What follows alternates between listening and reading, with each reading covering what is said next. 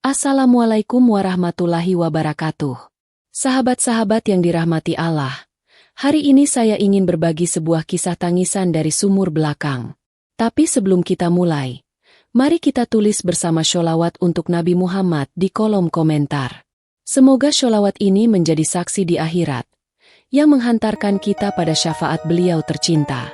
Dan jangan lupa, like dan subscribe channel ini agar dakwah ini bisa menjangkau lebih banyak saudara kita. Insya Allah menjadi amal jariah yang terus mengalir pahalanya, bahkan setelah kita tiada. Roni adalah seorang pemuda berusia 24 tahun yang baru saja pindah ke desa Karangjati bersama keluarganya, ibu dan adik perempuannya, Rina. Ayah mereka sudah meninggal 2 tahun lalu karena serangan jantung, dan karena kondisi ekonomi memburuk, mereka akhirnya pindah ke rumah warisan almarhum kakek di desa terpencil itu. Rumahnya cukup besar, namun sudah tua. Kayu-kayu jendela mulai lapuk, dan cat dinding penuh bercak lembab.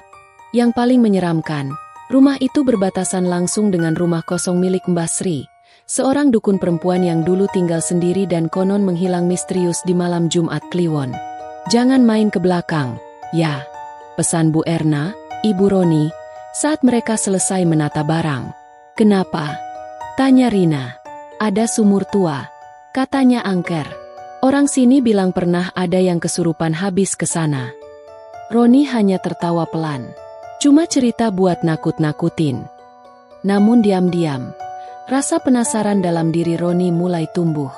2 hari setelah kepindahan, Roni berkenalan dengan Pak Samin, tetangga sebelah rumah yang sudah tua tapi masih sehat. Roni yang memang suka cerita horor bertanya soal rumah kosong di belakang. Pak Samin menatap Roni lama, lalu menghembuskan napas berat. Dulu, rumah itu milik Mbah Sri, dukun sakti. Banyak orang datang buat minta kekayaan. Tapi malam Jumat Kliwon puluhan tahun lalu, dia menghilang. Cuma tinggal suara tangisan dari sumur belakang rumahnya. Sampai sekarang, tiap malam Jumat Kliwon, suara itu masih terdengar. Roni merinding, tapi masih saja tersenyum. Mungkin suara binatang, Pak? Pak Samin menggeleng cepat. Yang dengar, semua bilang sama. Tangisan perempuan disertai bau amis dan tanah basah. Roni menelan ludah. Tapi rasa penasaran malah makin menjadi-jadi. Hari Kamis sore, cuaca mulai mendung. Awan hitam menggantung. Petir sesekali menyambar dari kejauhan. Saat makan malam, listrik rumah padam beberapa kali. Ibu mulai gelisah. Malam ini malam Jumat Kliwon, katanya lirih. Jangan keluar rumah. Rina pun ikut merapat pada ibunya. Tapi Roni malah menyiapkan senter dan kamera HP. Kalian terlalu lebay. Aku cuma mau lihat sumur itu. Roni, seru ibunya. Jangan macam-macam. Tapi Roni tetap keluar rumah pukul 11 malam. Langit gelap. Desa sunyi. Semua pintu rumah tetangga tertutup rapat. Ia berjalan melewati pekarangan belakang rumah kosong itu. Tanaman liar menjalar kemana-mana. Ular kecil melintas cepat di kakinya. Ia melangkah ke arah sumur tua yang dikelilingi batu-batu lumutan. Di sekeliling sumur, udara terasa berat.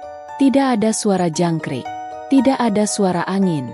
Hanya keheningan yang aneh. Pukul 11.57. Roni mulai merekam dengan kameranya. Aku di belakang rumah Mbah Sri. Ini sumurnya, katanya angker. Kita lihat.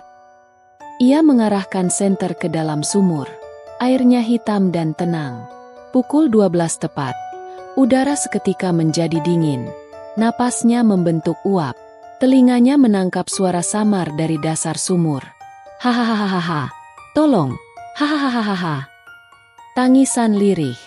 Perempuan, seolah dari dasar bumi. Roni menegang, tapi alih-alih kabur, ia justru semakin mendekat. Halo? Siapa di sana? Tiba-tiba, biur. Air sumur bergolak hebat. Sebuah tangan putih pucat mencuat ke atas, mencengkram bibir sumur. Roni mundur dengan panik. Sosok perempuan perlahan muncul, merangkak keluar dari sumur. Rambut panjang menutupi wajah, bajunya robek dan kuyup, tubuhnya membusuk dan mengeluarkan bau anyir darah. Kau, Panggil, aku. Roni gemetar hebat. Ia mencoba berbalik, tapi kakinya tidak bisa digerakkan. Perempuan itu mengangkat wajahnya. Wajahnya tanpa mata. Darah menetes dari rongga matanya. Teror yang menghantui. Roni pingsan di tempat. Pagi harinya, Pak Samin menemukan Roni tergeletak di tanah dengan mata terbuka lebar. Bibirnya gemetar tak henti. Dia dari sumur. Dia ikut pulang. Roni demam tinggi. Ibunya merawat siang malam. Tapi kondisinya tidak membaik. Malam-malam berikutnya, ia mulai bicara sendiri. Kadang menangis. Kadang tertawa seperti orang kesurupan. Setiap malam Jumat Kliwon, tangisan itu terdengar lagi. Tapi bukan dari sumur. Dari bawah ranjang Roni. Rina yang tidur sekamar dengan Roni mulai ikut merasakan keanehan. Setiap malam, ia mencium bau anyir darah. Seringkali melihat bayangan perempuan berdiri di sudut kamar, menatap diam-diam. Puncaknya, malam Jumat Kliwon berikutnya, Rina terbangun dan melihat Roni duduk di ranjang, tapi matanya sepenuhnya hitam. Dia, di bawah, dia mau aku.